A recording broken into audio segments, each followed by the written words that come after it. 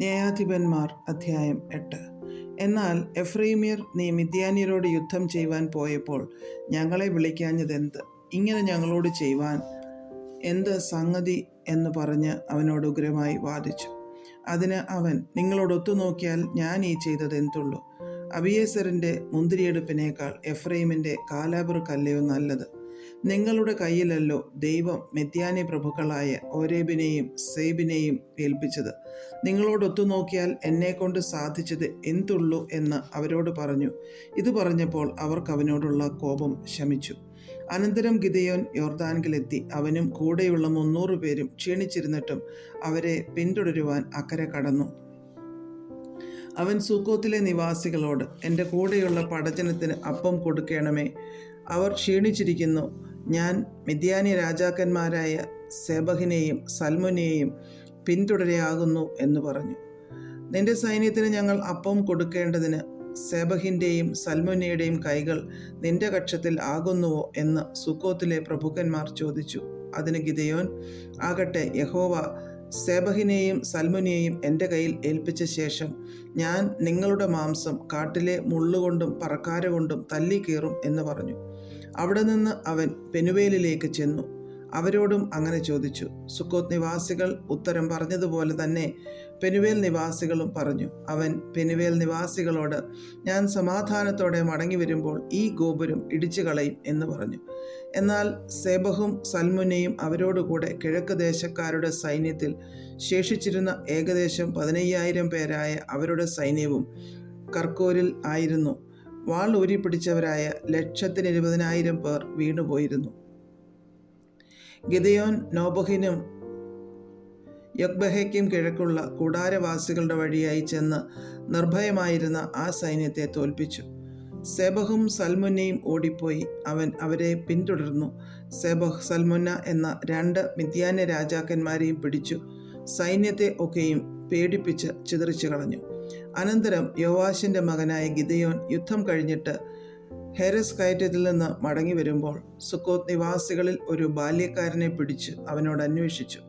അവൻ സുക്കോത്തിലെ പ്രഭുക്കന്മാരും മൂപ്പന്മാരുമായ 77 ആളുടെ പേർ അവന് എഴുതി കൊടുത്തു. അവൻ സുക്കോത്ത് നിവാസികളുടെ അടുക്കൽ ചെന്ന്, ക്ഷീണിച്ചിരിക്കുന്ന നിന്റെ ആളുകൾക്ക് ഞങ്ങൾ അപ്പം കൊടുക്കേണ്ടതിന് സെബഹിൻ്റെയും സൽമുന്നയുടെയും കൈകൾ നിന്റെ കക്ഷത്തിൽ ആകുന്നുവോ എന്ന് നിങ്ങൾ എന്നെ ധിക്കരിച്ചു പറഞ്ഞ സെബഹും സൽമുന്നയും ഇതാ എന്ന് പറഞ്ഞു. അവൻ പട്ടണത്തിലെ മൂപ്പന്മാരെ പിടിച്ചു കാട്ടിലെ മുള്ളും പറക്കാരെയും കൊണ്ട് സുക്കോത്ത് നിവാസികളെ ബുദ്ധി പഠിപ്പിച്ചു. അവൻ പെനുവേലിലെ ഗോപുരം ഇടിച്ചു പട്ടണക്കാരെ കൊന്നുകളഞ്ഞു. പിന്നെ അവൻ സെബഹിനോടും സൽമുന്നയോടും, നിങ്ങൾ താബോരിൽ വെച്ച് കൊന്ന പുരുഷന്മാർ എങ്ങനെയുള്ളവർ ആയിരുന്നു എന്ന് ചോദിച്ചു. അവർ നിന്നെപ്പോലെ ഓരോരുത്തൻ രാജകുമാരന് തുല്യനായിരുന്നു എന്നവർ ഉത്തരം പറഞ്ഞു. അതിന് അവൻ, അവർ എൻ്റെ സഹോദരന്മാർ, എൻ്റെ അമ്മയുടെ മക്കൾ തന്നെ ആയിരുന്നു. അവരെ നിങ്ങൾ ജീവനോടെ വെച്ചിരുന്നുവെങ്കിൽ യഹോവയാണ്, ഞാൻ നിങ്ങളെ കൊല്ലുകയില്ലായിരുന്നു എന്ന് പറഞ്ഞു. പിന്നെ അവൻ തൻ്റെ ആദ്യജാതനായ യേഥരിനോട്, എഴുന്നേറ്റ് അവരെ കൊല്ലുക എന്ന് പറഞ്ഞു. എന്നാൽ അവൻ ചെറുപ്പക്കാരനാകൊണ്ട് പേടിച്ച് വാൾ ഊരാതെ നിന്നു. അപ്പോൾ സെബഹും സൽമുന്നയും, നീ തന്നെ എഴുന്നേറ്റ് ഞങ്ങളെ വെട്ടുക, ആളെ പോലെയല്ലോ അവൻ്റെ ബലം എന്ന് പറഞ്ഞു. അങ്ങനെ ഗിദെയോൻ എഴുന്നേറ്റ് സെബഹിനെയും സൽമുന്നയെയും കൊന്നു അവരുടെ ഒട്ടകങ്ങളുടെ കഴുത്തിലെ ചന്ദ്രക്കലകൾ എടുത്തു.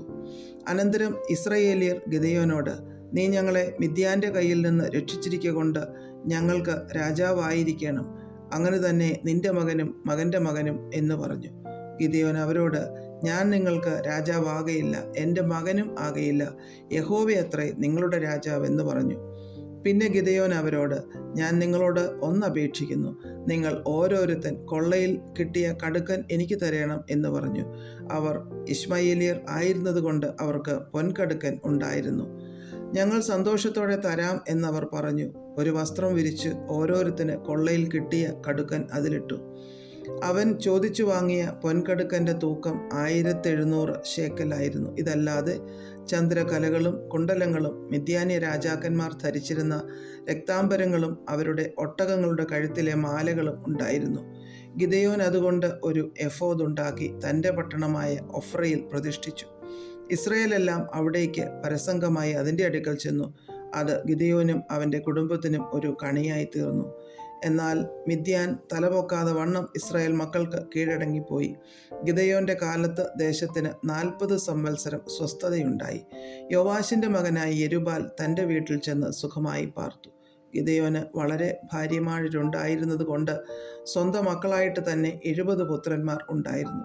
ശേഖേമിലുള്ള അവൻ്റെ വെപ്പാട്ടിയും അവന് ഒരു മകനെ പ്രസവിച്ചു. അവന് അബീമേലെക്ക് എന്ന് അവൻ പേരിട്ടു. യോവാശിൻ്റെ മകനായ ഗിദെയോൻ നല്ല വാർദ്ധക്യത്തിൽ മരിച്ചു. അവനെ അബിയേസ്രിയർക്കുള്ള ഒഫ്രയിൽ അവൻ്റെ അപ്പനായ യോവാശിൻ്റെ കല്ലറയിൽ അടക്കം ചെയ്തു. ഗിദെയോൻ മരിച്ച ശേഷം ഇസ്രായേൽ മക്കൾ വീണ്ടും പരസംഗമായി ബാൽ വിഗ്രഹങ്ങളുടെ അടുക്കൽ ചെന്നു ബാൽബെരീത്തിനെ തങ്ങൾക്ക് ദേവനായി പ്രതിഷ്ഠിച്ചു. ഇസ്രായേൽ മക്കൾ ചുറ്റുമുള്ള സകല ശത്രുക്കളുടെയും കയ്യിൽ നിന്ന് തങ്ങളെ രക്ഷിച്ച തങ്ങളുടെ ദൈവമായ യഹോവയെ ഓർത്തില്ല. ഗിദെയോൻ എന്ന യെരുബാൽ ഇസ്രായേലിന് ചെയ്ത എല്ലാ നന്മയ്ക്കും തക്കവണ്ണം അവൻ്റെ കുടുംബത്തോട് ദയ ചെയ്തതുമില്ല. അധ്യായം 9. അനന്തരം യെരുബാലിൻ്റെ മകനായ അബീമേലെക്ക് ശെഖേമിൽ തൻ്റെ അമ്മയുടെ സഹോദരന്മാരുടെ അടുക്കൽ ചെന്ന് അവരോടും തൻ്റെ അമ്മയുടെ പിതൃഭവനമായ സർവ്വകുടുംബത്തോടും സംസാരിച്ചു. യെരുബാലിൻ്റെ 70 പുത്രന്മാരും കൂടെ നിങ്ങളെ ഭരിക്കുന്നതോ ഒരുത്തൻ നിങ്ങളെ ഭരിക്കുന്നതോ നിങ്ങൾക്ക് ഏത് നല്ലത്? ഞാൻ നിങ്ങളുടെ അസ്ഥിയും മാംസവും ആകുന്നു എന്ന് ഓർത്തുകൊള്ളുവിൻ എന്ന് ശെഖേമിലെ സകല പൗരന്മാരോടും പറവിൻ എന്ന് പറഞ്ഞു. അങ്ങനെ അവൻ്റെ അമ്മയുടെ സഹോദരന്മാർ ശെഖേമിലെ സകല പൗരന്മാരോടും ഈ വാക്കുകളൊക്കെയും അവനു വേണ്ടി സംസാരിച്ചപ്പോൾ അവരുടെ ഹൃദയം അബീമേലെക്കിങ്കിൽ ചാഞ്ഞു. അവൻ നമ്മുടെ സഹോദരനല്ലോ എന്ന് അവർ പറഞ്ഞു. പിന്നെ അവർ ബാൽബെരീത്തിൻ്റെ ക്ഷേത്രത്തിൽ നിന്ന് 70 വെള്ളിക്കാശെടുത്ത് അവന് കൊടുത്തു.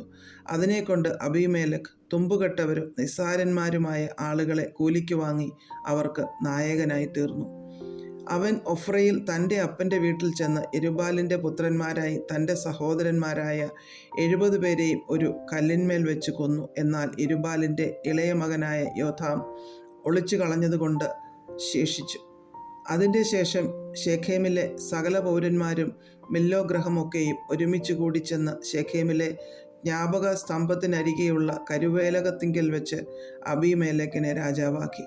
ഇതിനെക്കുറിച്ച് യോഥാമിന് അറിവ് കിട്ടിയപ്പോൾ അവൻ ഗരിസീം മലമുകളിൽ ചെന്ന് ഉച്ചത്തിൽ അവരോട് വിളിച്ചു പറഞ്ഞത് എന്തെന്നാൽ, ശെഖേം പൗരന്മാരെ, ദൈവം നിങ്ങളുടെ സങ്കടം കേൾക്കേണ്ടതിന് നിങ്ങൾ എൻ്റെ സങ്കടം കേൾപ്പിൻ. പണ്ടൊരിക്കൽ വൃക്ഷങ്ങൾ തങ്ങൾക്കൊരു രാജാവിനെ അഭിഷേകം ചെയ്യുവാൻ പോയി. അവ ഒലിവ് വൃക്ഷത്തോട്, നീ ഞങ്ങൾക്ക് രാജാവായിരിക്ക എന്ന് പറഞ്ഞു. അതിന് ഒലിവ് വൃക്ഷം, ദൈവവും മനുഷ്യരും എന്നെ പുകഴ്ത്തുവാൻ ഹേതുവായിരിക്കുന്ന എൻ്റെ പുഷ്ടി ഞാൻ ഉപേക്ഷിച്ച് വൃക്ഷങ്ങളുടെ മേൽ ആടുവാൻ പോകുമോ എന്ന് പറഞ്ഞു. പിന്നെ വൃക്ഷങ്ങൾ അത്തിവൃക്ഷത്തോട്, നീ വന്ന് ഞങ്ങൾക്ക് രാജാവായിരിക്ക എന്ന് പറഞ്ഞു. അതിന് അത്തിവൃക്ഷം, എൻ്റെ മധുരവും വിശേഷപ്പെട്ട പഴവും ഞാൻ ഉപേക്ഷിച്ച് വൃക്ഷങ്ങളുടെ മേൽ ആടുവാൻ പോകുമോ എന്ന് പറഞ്ഞു. പിന്നെ വൃക്ഷങ്ങൾ മുന്തിരിവള്ളിയോട്, നീ വന്ന് ഞങ്ങൾക്ക് രാജാവായിരിക്ക എന്ന് പറഞ്ഞു. മുന്തിരിവള്ളി അവയോട്, ദൈവത്തെയും മനുഷ്യനെയും ആനന്ദിപ്പിക്കുന്ന എൻ്റെ രസം ഞാൻ ഉപേക്ഷിച്ച് വൃക്ഷങ്ങളുടെ മേൽ ആടുവാൻ പോകുമോ എന്ന് പറഞ്ഞു. പിന്നെ വൃക്ഷങ്ങളെല്ലാം കൂടെ മുൾപടർപ്പിനോട്, നീ വന്ന് ഞങ്ങൾക്ക് രാജാവായിരിക്ക എന്ന് പറഞ്ഞു. മുൾപടർപ്പ് വൃക്ഷങ്ങളോട്, നിങ്ങൾ യഥാർത്ഥമായി എന്നെ നിങ്ങൾക്ക് രാജാവായി അഭിഷേകം ചെയ്യുന്നു എങ്കിൽ വന്ന് എൻ്റെ നിഴലിൽ ആശ്രയിപ്പീൻ. അല്ലെങ്കിൽ മുൾപടർപ്പിൽ നിന്ന് തീ പുറപ്പെട്ട് ലെബാനോനിലെ ദേവദാരുക്കളെ ദഹിപ്പിക്കട്ടെ എന്ന് പറഞ്ഞു. നിങ്ങളിപ്പോൾ അബീമേലെക്കിനെ രാജാവാക്കിയതിൽ വിശ്വസ്തതയും പരമാർത്ഥതയുമാകുന്നുവോ പ്രവർത്തിച്ചത്? നിങ്ങൾ യെരുബാലിനോടും അവൻ്റെ കുടുംബത്തോടും നന്മയാകുന്നുവോ ചെയ്തത്? അവൻ്റെ പ്രവൃത്തിയുടെ യോഗ്യതയ്ക്ക് തക്കവണ്ണമോ അവനോട് പ്രവർത്തിച്ചത്? എൻ്റെ അപ്പൻ തൻ്റെ ജീവനെ ഗണ്യമാക്കാതെ നിങ്ങൾക്ക് വേണ്ടി യുദ്ധം ചെയ്ത് മിദ്യാൻ്റെ കയ്യിൽ നിന്ന് നിങ്ങളെ രക്ഷിച്ചിരിക്കെ, നിങ്ങൾ ഇന്ന് എൻ്റെ അപ്പൻ്റെ ഗ്രഹത്തിന് വിരോധമായി എഴുന്നേറ്റ് അവൻ്റെ പുത്രന്മാരായ 70 പേരെയും ഒരു കല്ലിന്മേൽ വെച്ച് കൊല്ലുകയും അവൻ്റെ ദാസിയുടെ മകനായ അബീമേലെക്ക് നിങ്ങളുടെ സഹോദരൻ ആയിരിക്കെ കൊണ്ട് അവനെ ശെഖേം പൗരന്മാർക്ക് രാജാവാക്കുകയും ചെയ്തുവല്ലോ. ഇങ്ങനെ നിങ്ങൾ ഇന്ന് യെരുബാലിനോടും അവൻ്റെ കുടുംബത്തോടും ചെയ്തത് വിശ്വസ്തതയും പരമാർത്ഥതയും ഇന്നു വരികിൽ നിങ്ങൾ അബീമേലെക്കിൽ സന്തോഷിപ്പിൻ, അവൻ നിങ്ങളിലും സന്തോഷിക്കട്ടെ. അല്ലെങ്കിൽ അബീമേലെക്കിൽ നിന്ന് തീ പുറപ്പെട്ട് ശെഖേം പൗരന്മാരെയും മില്ലോ ഗ്രഹത്തെയും ദഹിപ്പിക്കട്ടെ. ശെഖേം പൗരന്മാരിൽ നിന്നും മില്ലോ ഗ്രഹത്തിൽ നിന്നും തീ പുറപ്പെട്ട് അബീമേലെക്കിനെയും ദഹിപ്പിക്കട്ടെ. ഇങ്ങനെ പറഞ്ഞിട്ട് യോഥാം ഓടിപ്പോയി ബേരിലേക്ക് ചെന്ന് തൻ്റെ സഹോദരനായ അബീമേലെക്കിനെ പേടിച്ച് അവിടെ പാർത്തു. അബീമേലെക്ക് ഇസ്രായേലിനെ 3 സംവത്സരം ഭരിച്ച ശേഷം ദൈവം അബീമേലെക്കിനും ശെഖേം പൗരന്മാർക്കും തമ്മിൽ ഛിദ്രബുദ്ധി വരുത്തി. ശെഖേം പൗരന്മാർ അബീമേലെക്കിനോട് ദ്രോഹം തുടങ്ങി. അങ്ങനെ യെരുബ്ബാലിൻ്റെ 70 പുത്രന്മാരോടും ചെയ്ത പാതകത്തിന് പ്രതികാരം വരികയും അവരുടെ രക്തം അവരെ കൊന്നവനായ അവരുടെ സഹോദരൻ അബീമേലെക്കും അവൻ്റെ സഹോദരന്മാരെ കൊല്ലുവാൻ അവന് തുണയായിരുന്ന ശെഖേം പൗരന്മാരും ചുമക്കുകയും ചെയ്തു. ശെഖേം പൗരന്മാർ മലമുകളിൽ അവന് വിരോധമായി പതിയിരിപ്പുകാരെ ആക്കി. ഇവർ തങ്ങളുടെ സമീപത്തു കൂടി വഴിപോകുന്ന എല്ലാവരോടും കവർച്ച തുടങ്ങി. ഇതിനെക്കുറിച്ച് അബീമേലെക്കിന് അറിവ് കിട്ടി. അപ്പോൾ ഏബദിൻ്റെ മകനായ ഗാലും അവൻ്റെ സഹോദരന്മാരും വന്ന് ശെഖേമിൽ കടന്നു. ശെഖേം പൗരന്മാർ അവനെ വിശ്വസിച്ചു. അവർ വയലിൽ ചെന്ന് തങ്ങളുടെ മുന്തിരിത്തോട്ടങ്ങളിലെ കുലയറുത്ത് ഉത്സവം കൊണ്ടാടി തങ്ങളുടെ ദേവൻ്റെ ക്ഷേത്രത്തിൽ ചെന്ന് തിന്നുകുടിക്കുകയും അബീമേലെക്കിനെ ശപിക്കുകയും ചെയ്തു. ഏബദിൻ്റെ മകനായ ഗാൽ പറഞ്ഞത്, അബീമേലെക്കിനെ നാം സേവിക്കേണ്ടതിന് അവൻ ആർ? Shechem R? അവൻ യെരുബ്ബാലിൻ്റെ മകനും സെബൂൽ അവൻ്റെ കാര്യസ്ഥനും അല്ലയോ? അവൻ ശെഖേമിൻ്റെ അപ്പനായ ഹാമോരിൻ്റെ ആളുകളുമായി അവനെ സേവിക്കട്ടെ. നാം അവനെ സേവിക്കുന്നത് എന്തിന്? ഈ ജനം എൻ്റെ കൈക്കീഴായിരുന്നെങ്കിൽ ഞാൻ അബീമേലെക്കിനെ നീക്കിക്കളയുകയും അബീമേലെക്കിനോട് നിന്റെ സൈന്യത്തെ വർദ്ധിപ്പിച്ച് പുറപ്പെട്ടു വരിക എന്ന് പറയുകയും ചെയ്യുമായിരുന്നു. ഏബദിൻ്റെ മകനായ ഗാലിൻ്റെ വാക്കുകളെ കേട്ടപ്പോൾ നഗരാധിപനായ സെബുലൂൻ്റെ കോപം ജ്വലിച്ചു. അവൻ രഹസ്യമായിട്ട് അബീമേലെക്കിൻ്റെ അടുക്കൽ ദൂതന്മാരെ അയച്ചു. ഇതാ, ഏബദിൻ്റെ മകനായ ഗാലും അവൻ്റെ സഹോദരന്മാരും ശെഖേമിൽ വന്നിരിക്കുന്നു. അവർ പട്ടണത്തെ നിന്നോട് മത്സരിപ്പിക്കുന്നു. ആകയാൽ നീയും നിന്നോട് കൂടെയുള്ള പടജനവും രാത്രിയിൽ പുറപ്പെട്ട് വയലിൽ പതിയിരുന്നു കൊള്ളുവിൻ. രാവിലെ സൂര്യൻ ഉദിക്കുമ്പോൾ എഴുന്നേറ്റ് പട്ടണത്തെ ആക്രമിക്കുക. എന്നാൽ അവനും കൂടെയുള്ള പടജനവും നിന്റെ നേരെ പുറപ്പെടുമ്പോൾ തരം പോലെ അവരോട് പ്രവർത്തിക്കാം എന്ന് പറയിച്ചു. അങ്ങനെ അബീമേലെക്കും കൂടെയുള്ള പടജനമൊക്കെയും രാത്രിയിൽ പുറപ്പെട്ടു ശെഖേമിനരികെ 4 കൂട്ടമായി പതിയിരുന്നു. ഏബദിൻ്റെ മകനായ ഗാൽ പുറപ്പെട്ട് പട്ടണത്തിൻ്റെ ഗോപുരത്തിങ്കിൽ നിന്നപ്പോൾ അബീമേലെക്കും കൂടെയുള്ള പടജനവും പതിയിരിപ്പിൽ നിന്ന് എഴുന്നേറ്റു. ഗാൽ പടജനത്തെ കണ്ടപ്പോൾ അതാ, പർവ്വതങ്ങളുടെ മുകളിൽ നിന്ന് പടജനം ഇറങ്ങി വരുന്നു എന്ന് സെബൂലിനോട് പറഞ്ഞു. സെബൂൽ അവനോട്, പർവ്വതങ്ങളുടെ നിഴൽ കണ്ടിട്ട് മനുഷ്യരെന്ന് നിനക്ക് തോന്നുകയാകുന്നു എന്ന് പറഞ്ഞു. ഗാൽ പിന്നെയും, അതാ, പടജനം ദേശമധ്യേ ഇറങ്ങി വരുന്നു. മറ്റൊരു കൂട്ടവും പ്രാശ്നികന്മാരുടെ കരുവേലകത്തിൻ്റെ സമീപത്തുകൂടി വരുന്നു എന്ന് പറഞ്ഞു. സെബൂൽ അവനോട്, നാം അബീമേലെക്കിനെ സേവിക്കേണ്ടതിന് അവൻ ആരെന്ന് പറഞ്ഞ നിന്റെ വായി ഇപ്പോൾ എവിടെ? ഇത് നീ പുച്ഛിച്ച പടജനമല്ലയോ? ഇപ്പോൾ പുറപ്പെട്ടവരോട് പൊരുതുക എന്ന് പറഞ്ഞു. അങ്ങനെ ഗാൽ ശെഖേം പൗരന്മാരുമായി പുറപ്പെട്ട് അബീമേലെക്കിനോട് പടവെട്ടി. അബീമേലെക്കിൻ്റെ മുമ്പിൽ അവൻ തോറ്റോടി. അവൻ അവനെ പിന്തുടർന്നു. പടിവാതിൽ വരെ അനേകം പേർ ഹതന്മാരായി വീണു. അബീമേലെക്ക് അരൂമയിൽ താമസിച്ചു. സെബൂൽ ഗാലിനെയും സഹോദരന്മാരെയും ശെഖേമിൽ പാർപ്പാൻ സമ്മതിക്കാതെ അവിടെ നിന്ന് നീക്കിക്കളഞ്ഞു. പിറ്റേന്നാൾ ജനം വയലിലേക്ക് പുറപ്പെട്ടു. അബീമേലെക്കിന് അതിനെക്കുറിച്ച് അറിവ് കിട്ടി. അവൻ പടജനത്തെ കൂട്ടി 3 കൂട്ടമായി ഭാഗിച്ച് വയലിൽ പതിയിരുന്നു. ജനം പട്ടണത്തിൽ നിന്ന് പുറപ്പെട്ടു വരുന്നത് കണ്ട് അവരുടെ നേരെ ചെന്ന് അവരെ സംഹരിച്ചു.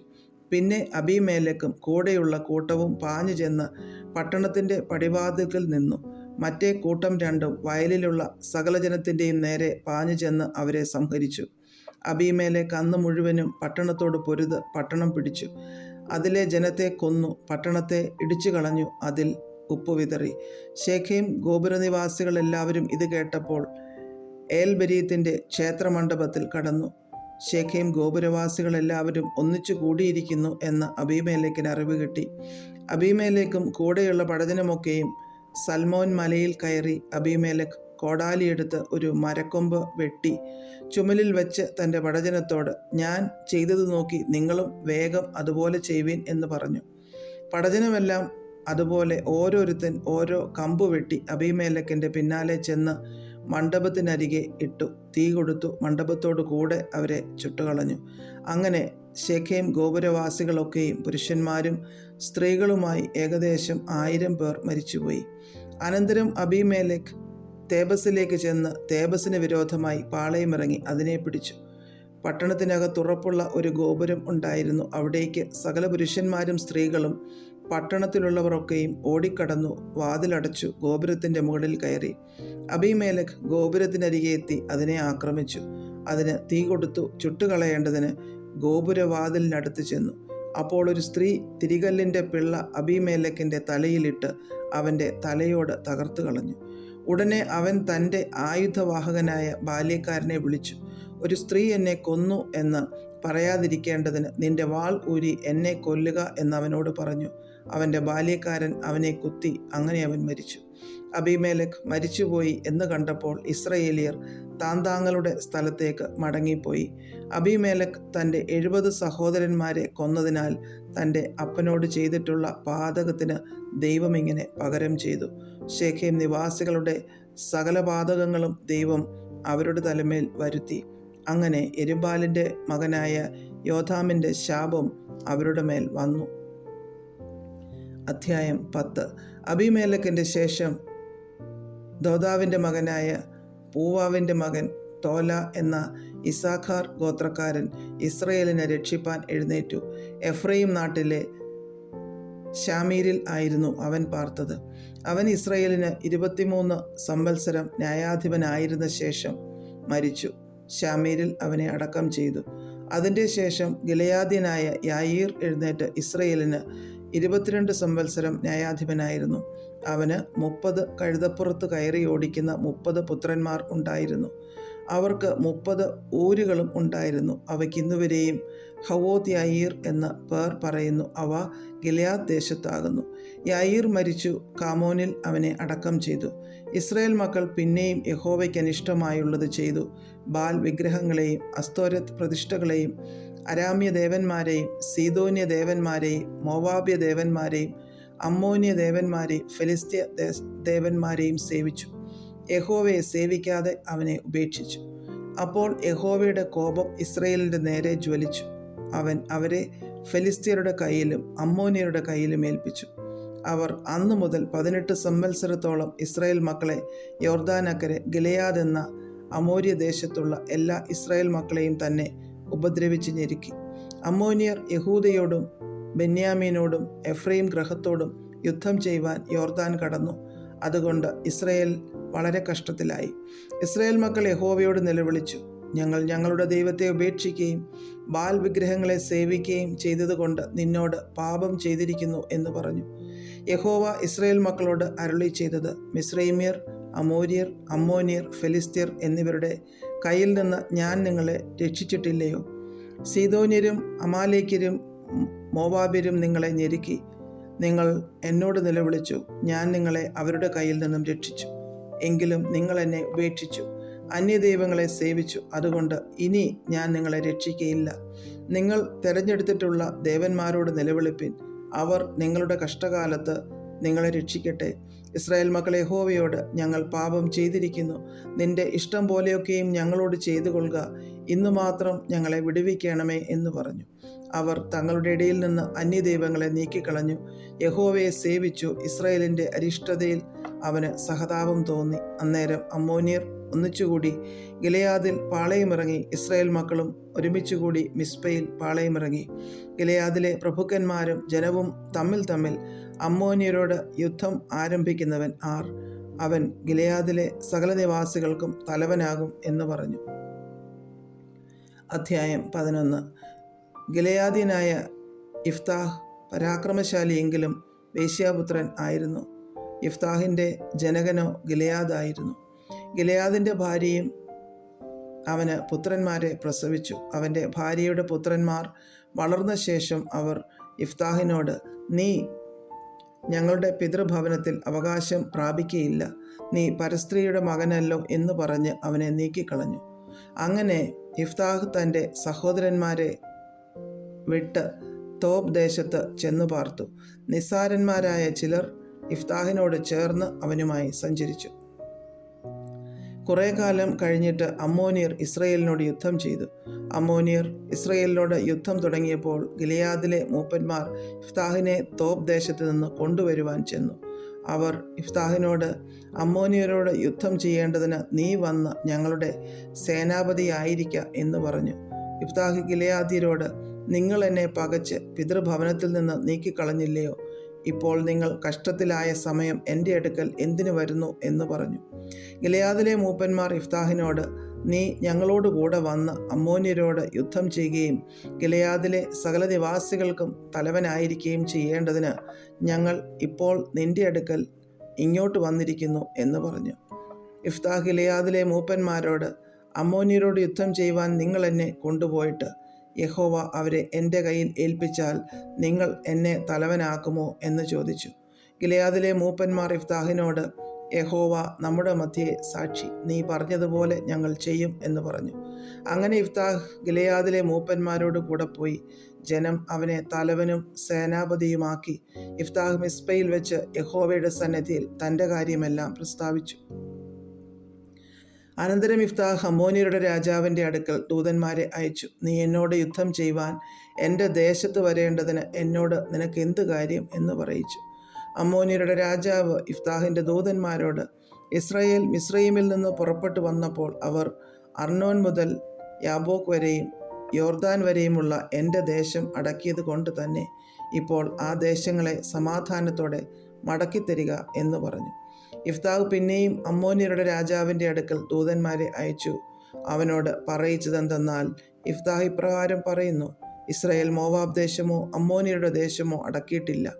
ഇസ്രായേൽ മിസ്രയീമിൽ നിന്ന് പുറപ്പെട്ട് മരുഭൂമിയിൽ കൂടി ചെങ്കടൽ വരെ സഞ്ചരിച്ച് കാദേശിലെത്തി. ഇസ്രായേൽ ഏദോം രാജാവിൻ്റെ അടുക്കൽ ദൂതന്മാരെ അയച്ചു. ഞാൻ നിന്റെ ദേശത്തുകൂടി കടന്നു പോകുവാൻ അനുവാദം തരണമെന്ന് പറയിച്ചു. എങ്കിലും ഏദോം രാജാവ് കേട്ടില്ല. മോവാബ് രാജാവിൻ്റെ അടുക്കലും അവർ പറഞ്ഞയച്ചു. അവനും സമ്മതിച്ചില്ല. അങ്ങനെ ഇസ്രായേൽ കാദേശിൽ പാർത്തു. അവർ മരുഭൂമിയിൽ കൂടി സഞ്ചരിച്ചു. ഏദോം ദേശവും മോവാബ് ദേശവും ചുറ്റിച്ചെന്ന് മോവാബ് ദേശത്തിൻ്റെ കിഴക്കെത്തി അർണോൻ അക്കരെ പാളയമിറങ്ങി. അർണോൻ മോവാബിൻ്റെ അതിരായിരുന്നു. മോവാബിൻ്റെ അതിർക്കകത്ത് അവർ കടന്നില്ല. പിന്നെ ഇസ്രായേൽ ഹെശ്ബോനിൽ വാണിരുന്ന അമോര്യ രാജാവായ സീഹോൻ്റെ അടുക്കൽ ദൂതന്മാരെ അയച്ചു. നിന്റെ ദേശത്തുകൂടി എൻ്റെ സ്ഥലത്തേക്ക് കടന്നു പോകുവാൻ അനുവാദം തരണമെന്ന് പറയിച്ചു. എങ്കിലും സീഹോൻ ഇസ്രായേൽ തൻ്റെ ദേശത്തുകൂടി കടന്നു പോകുവാൻ തക്കവണ്ണം അവരെ വിശ്വസിക്കാതെ തൻ്റെ ജനത്തെ ഒക്കെയും വിളിച്ചുകൂട്ടി യഹസിൽ പാളയമിറങ്ങി ഇസ്രായേലിനോട് പടയേറ്റു. ഇസ്രായേലിൻ്റെ ദൈവമായ യഹോവ സീഹോനെയും അവൻ്റെ സകല ജനത്തെയും ഇസ്രായേലിൻ്റെ കയ്യിൽ ഏൽപ്പിച്ചു. അവർ അവരെ തോൽപ്പിച്ചു. ഇങ്ങനെ ഇസ്രായേൽ ആ ദേശനിവാസികളായ അമോര്യരുടെ ദേശമൊക്കെയും കൈവശമാക്കി. അർണോൻ മുതൽ യാബോക്ക് വരെയും മരുഭൂമിയിൽ യോർദാൻ വരെയുമുള്ള അമോര്യരുടെ ദേശമൊക്കെയും അവർ പിടിച്ചടക്കി. ഇസ്രായേലിൻ്റെ ദൈവമായ യഹോവ തൻ്റെ ജനമായ ഇസ്രായേലിൻ്റെ മുൻപിൽ നിന്ന് അമോര്യരെ നീക്കിക്കളഞ്ഞിരിക്കെ നീ അവരുടെ അവകാശം അടക്കുവാൻ പോകുന്നുവോ? നിന്റെ ദേവനായ കെമോശ് നിനക്ക് അവകാശമായി തരുന്ന ദേശത്തെ നീ അടക്കി അനുഭവിക്കുകയില്ലയോ? അങ്ങനെ തന്നെ ഞങ്ങളുടെ ദൈവമായ യഹോവ ഞങ്ങളുടെ മുമ്പിൽ നിന്ന് നീക്കിക്കളയുന്നവരുടെ അവകാശം ഞങ്ങളും അടക്കി അനുഭവിക്കും. സിപ്പോരിൻ്റെ മകനായ ബാലാക്ക് എന്ന മോവാബ് രാജാവിനേക്കാളും നീ യോഗ്യനോ? അവൻ ഇസ്രായേലിനോട് എപ്പോഴെങ്കിലും വാഗ്വാദം ചെയ്തിട്ടുണ്ടോ? എപ്പോഴെങ്കിലും അവരോട് യുദ്ധം ചെയ്തിട്ടുണ്ടോ? ഇസ്രായേൽ ഹെശ്ബോനിലും അതിൻ്റെ പട്ടണങ്ങളിലും അരോവേരിലും അതിൻ്റെ പട്ടണങ്ങളിലും അർണോൻ തീരത്തുള്ള എല്ലാ പട്ടണങ്ങളിലും 300 സംവത്സരത്തോളം പാർത്തിരിക്കെ ആ കാലത്തിനിടയിൽ നിങ്ങൾ അവയെ ഒഴിപ്പിക്കാതിരുന്നതെന്ത്? ആകയാൽ ഞാൻ നിന്നോട് അന്യായം ചെയ്തിട്ടില്ല. എന്നോട് യുദ്ധം ചെയ്യുന്നതിനാൽ നീ എന്നോടാകുന്നു അന്യായം ചെയ്യുന്നത്. ന്യായാധിപനായ യഹോവ ഇന്ന് ഇസ്രായേൽ മക്കളുടെയും അമ്മോന്യരുടെയും മധ്യേ ന്യായം വിധിക്കട്ടെ. എന്നാൽ ഇഫ്താഹ് പറഞ്ഞയച്ച വാക്ക് അമ്മോന്യരുടെ രാജാവ് കൂട്ടാക്കിയില്ല. അപ്പോൾ യഹോവയുടെ ആത്മാവ് ഇഫ്താഹിന്മേൽ വന്നു. അവൻ ഗിലെയാദിലും മനശ്ശെയിലും കൂടിക്കടന്ന് ഗിലെയാദിലെ മിസ്പയിലെത്തി. ഗിലെയാദിലെ മിസ്പയിൽ നിന്ന് അമ്മോന്യരുടെ നേരെ ചെന്നു.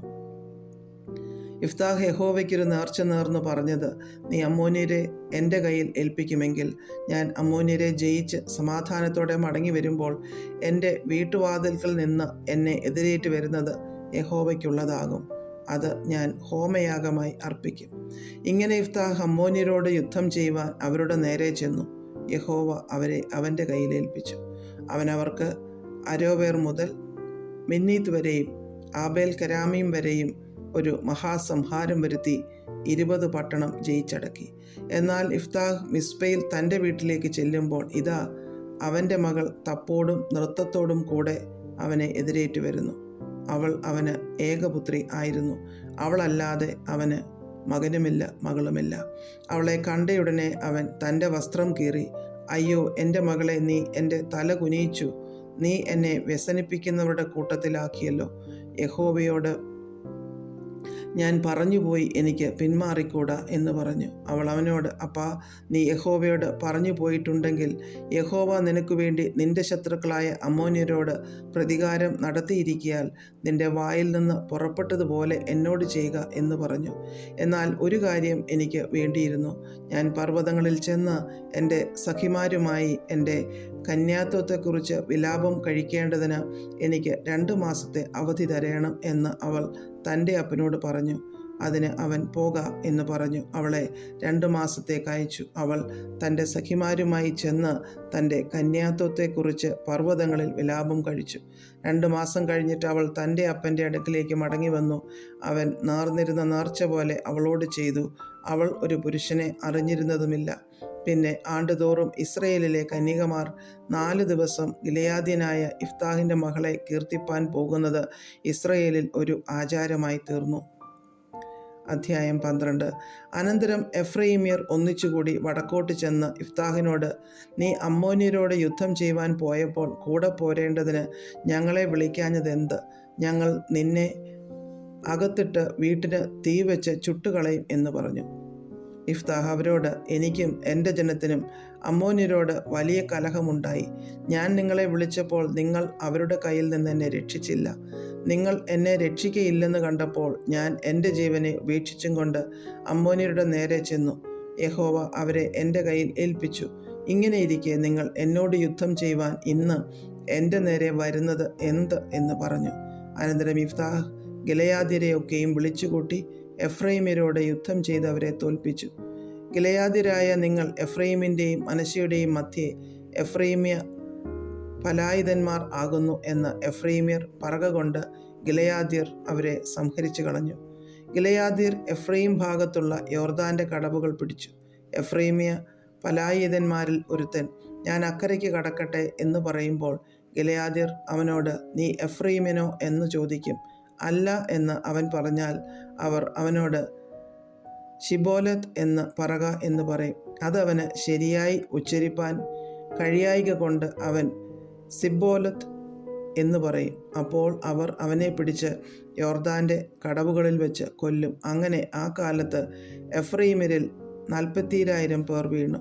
ഇഫ്താഹ് ഇസ്രയേലിന് 6 സംവത്സരം ന്യായാധിപനായിരുന്നു. പിന്നെ ഗിലെയാദ്യനായ ഇഫ്താഹ് മരിച്ചു.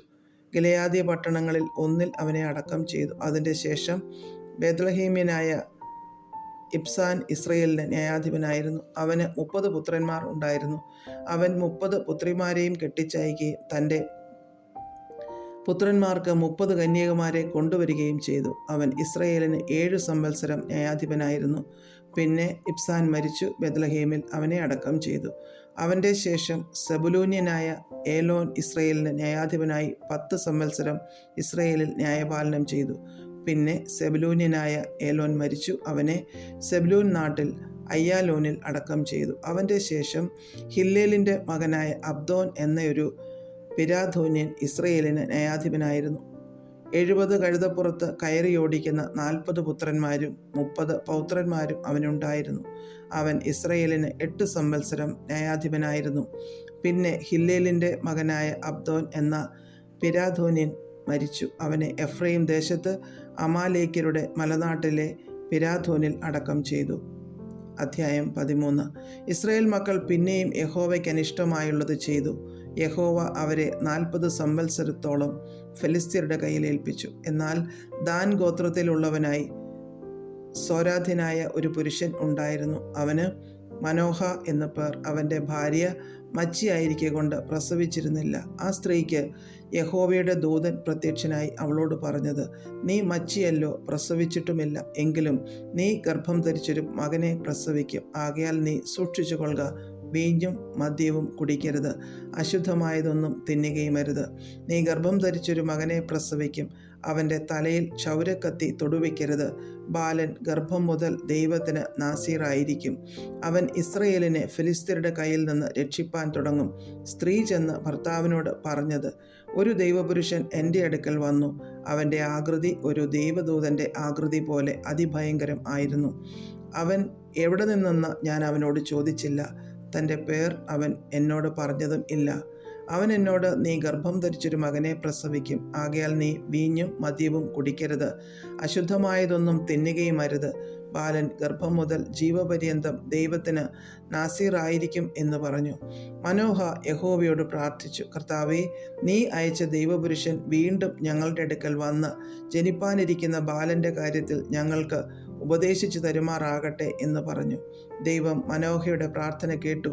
ദൈവദൂതൻ വീണ്ടും അവളുടെ അടുക്കൽ വന്നു. അവൾ വയലിൽ ഇരിക്കുകയായിരുന്നു. അവളുടെ ഭർത്താവ് മനോഹ കൂടെ ഉണ്ടായിരുന്നില്ല. ഉടനെ സ്ത്രീ ഓടിച്ചെന്ന് ഭർത്താവിനെ അറിയിച്ചു. അന്ന് എൻ്റെ അടുക്കൽ വന്ന ആൾ ഇതാ എനിക്ക് പ്രത്യക്ഷനായി വന്നിരിക്കുന്നു എന്നവനോട് പറഞ്ഞു. മനോഹ ഉടനെ എഴുന്നേറ്റ് ഭാര്യയോട് കൂടെ ചെന്ന് ആ പുരുഷൻ്റെ അടുക്കലെത്തി. ഈ സ്ത്രീയോട് സംസാരിച്ച ആൾ നീയോ എന്ന് അവനോട് ചോദിച്ചു. ഞാൻ തന്നെ എന്നവൻ പറഞ്ഞു. മനോഹ അവനോട്, നിന്റെ വചനം നിവൃത്തിയാകുമ്പോൾ ബാലൻ്റെ കാര്യത്തിൽ ഞങ്ങൾ എങ്ങനെ ആചരിക്കണം? അവനെ സംബന്ധിച്ച് എന്തു ചെയ്യണം എന്ന് ചോദിച്ചു. യഹോവയുടെ ദൂതൻ മനോഹയോട്, ഞാൻ സ്ത്രീയോട് പറഞ്ഞതൊക്കെയും അവൾ സൂക്ഷിച്ചു കൊള്ളട്ടെ. മുന്തിരിവള്ളിയിൽ ഉണ്ടാകുന്ന യാതൊന്നും അവൾ തിന്നരുത്, വീഞ്ഞും മദ്യവും കുടിക്കരുത്, അശുദ്ധമായതൊന്നും തിന്നുകയും അരുത്. ഞാൻ അവളോട് കൽപ്പിച്ചതൊക്കെയും അവൾ ആചരിക്കണം എന്ന് പറഞ്ഞു.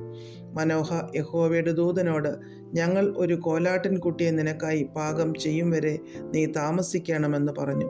യഹോവയുടെ ദൂതൻ മനോഹയോട്, നീ എന്നെ താമസിപ്പിച്ചാലും ഞാൻ നിന്റെ ആഹാരം കഴിക്കുകയില്ല. ഒരു ഹോമയാഗം കഴിക്കുമെങ്കിൽ അത് യഹോവയ്ക്ക് കഴിച്ചുകൊള്ളുക എന്ന് പറഞ്ഞ് അവൻ യഹോവയുടെ ദൂതനെന്ന് മനോഹ അറിഞ്ഞിരുന്നില്ല. മനോഹ യഹോവയുടെ ദൂതനോട്, നിന്റെ വചനം നിവൃത്തിയാകുമ്പോൾ ഞങ്ങൾ നിന്നെ ബഹുമാനിക്കേണ്ടതിന് നിന്റെ പേരെന്ത് എന്ന് ചോദിച്ചു. യഹോവയുടെ ദൂതൻ അവനോട്, എൻ്റെ പേർ ചോദിക്കുന്നത് എന്ത്? അത് അതിശയമുള്ളത് എന്ന് പറഞ്ഞു. അങ്ങനെ മനോഹ ഒരു കോലാട്ടിൻകുട്ടിയെയും ഭോജനയാഗത്തെയും കൊണ്ടുവന്ന് ഒരു പാറമേൽ യഹോവയ്ക്ക് യാഗം കഴിച്ചു. മനോഹയും ഭാര്യയും നോക്കിക്കൊണ്ടിരിക്കെ അവൻ ഒരു അതിശയം പ്രവർത്തിച്ചു.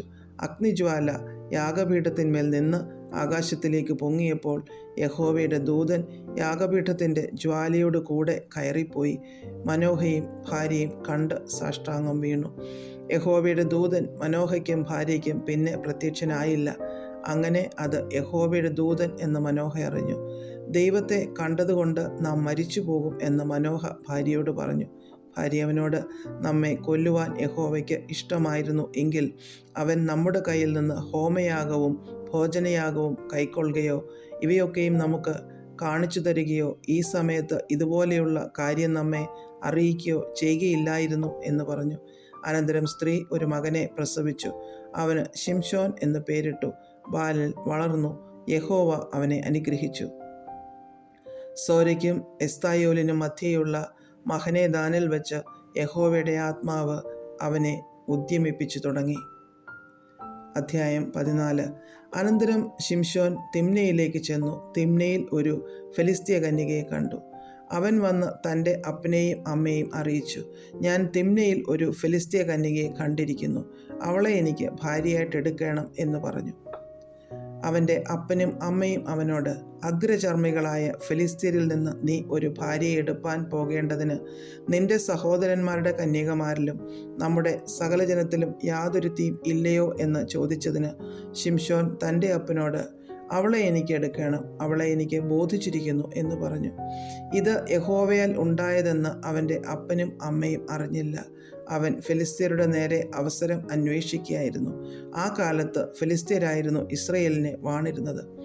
അങ്ങനെ ശിംശോനും അവൻ്റെ അപ്പനും അമ്മയും തിമ്നയിലേക്ക് പോയി. തിമ്നയ്ക്കരികെയുള്ള മുന്തിരിത്തോട്ടങ്ങളിൽ എത്തിയപ്പോൾ ഒരു ബാലസിംഹം അവൻ്റെ നേരെ അലറി വന്നു. അപ്പോൾ യഹോവയുടെ ആത്മാവ് അവൻ്റെ മേൽ വന്നു. കയ്യിൽ ഒന്നും ഇല്ലാതിരിക്കെ അവൻ അതിനെ ഒരു ആട്ടിൻകുട്ടിയെപ്പോലെ കീറിക്കളഞ്ഞു. താൻ ചെയ്തത് അപ്പനോടും അമ്മയോടും പറഞ്ഞില്ല. പിന്നെ അവൻ ചെന്ന് ആ സ്ത്രീയോട് സംസാരിച്ചു, അവളെ ശിംശോന് ബോധിച്ചു. കുറേ കാലം കഴിഞ്ഞ ശേഷം അവൻ അവളെ വിവാഹം കഴിപ്പാൻ തിരികെ പോകയിൽ സിംഹത്തിൻ്റെ ഉടൽ നോക്കേണ്ടതിന് മാറിച്ചെന്നു. സിംഹത്തിൻ്റെ ഉടലിനകത്ത് ഒരു തേനീച്ചക്കൂട്ടവും തേനും കണ്ടു.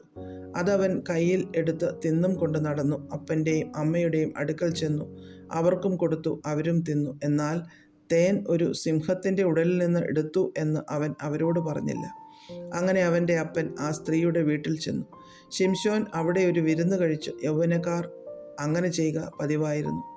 അവർ അവനെ കണ്ടപ്പോൾ അവനോട് കൂടെ ഇരിപ്പാൻ 30 തോഴന്മാരെ കൊണ്ടുവന്നു. ശിംശോൻ അവരോട്, ഞാൻ നിങ്ങളോടൊരു കടം പറയാം. വിരുന്നിൻ്റെ 7 ദിവസത്തിനകം നിങ്ങളത് വീട്ടിയാൽ ഞാൻ നിങ്ങൾക്ക് 30 ഉള്ളങ്കിയും 30 വിശേഷ വസ്ത്രവും തരാം.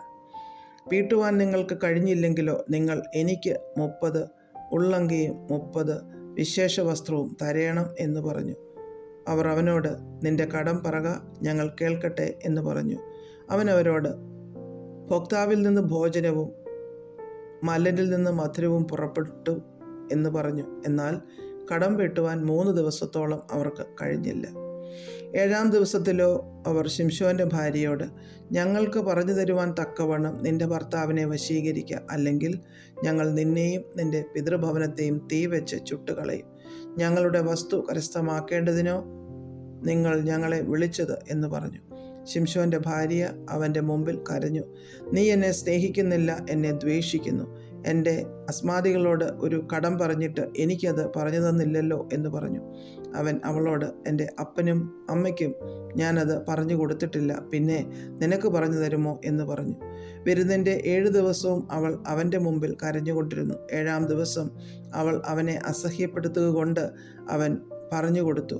അവൾ തൻ്റെ അസ്മാദികൾക്ക് കടം പറഞ്ഞു കൊടുത്തു. 7-ാം ദിവസം സൂര്യൻ അസ്തമിക്കും മുമ്പേ പട്ടണക്കാർ അവനോട്, തേനിനേക്കാൾ മധുരമുള്ളത് എന്ത്, സിംഹത്തേക്കാൾ ബലമുള്ളത് എന്ത് എന്ന് പറഞ്ഞു. അതിന് അവൻ അവരോട്, നിങ്ങൾ എൻ്റെ പശുക്കിടാവിനെ പൂട്ടി ഉഴുതില്ലെങ്കിൽ എൻ്റെ കടം വീട്ടുകയില്ലായിരുന്നു എന്ന് പറഞ്ഞു. പിന്നെ യഹോവയുടെ ആത്മാവ് അവൻ്റെ മേൽ വന്നു. അവൻ അസ്കലോനിലേക്ക് ചെന്ന് 30 പേരെ കൊന്നു. അവരുടെ ഉടുപ്പൂരി കടം വീട്ടിയവർക്ക് വസ്ത്രം കൊടുത്തു. അവൻ്റെ കോപം ജ്വലിച്ചു. അവൻ തൻ്റെ അപ്പൻ്റെ വീട്ടിൽ പോയി. ശിംശോൻ്റെ ഭാര്യ അവൻ്റെ കൂട്ടുകാരനായിരുന്ന തോഴന് ഭാര്യയായി തീർന്നു.